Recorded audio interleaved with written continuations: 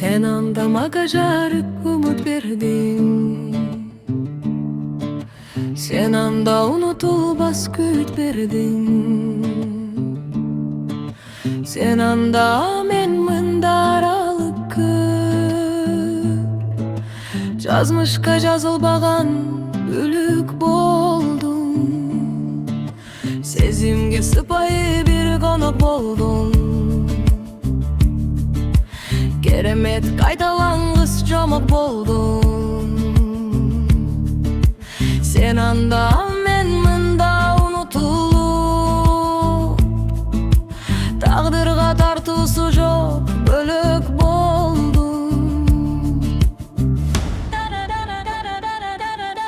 Сезимдер сендик беле, сагынуу мендик беле, адашып табышсак да тагдырды жеңдик беле. Кыялдар сендик беле, кыйналуу мендик беле, кайрылып көрүшкөндө кайрадан бир биз бербе.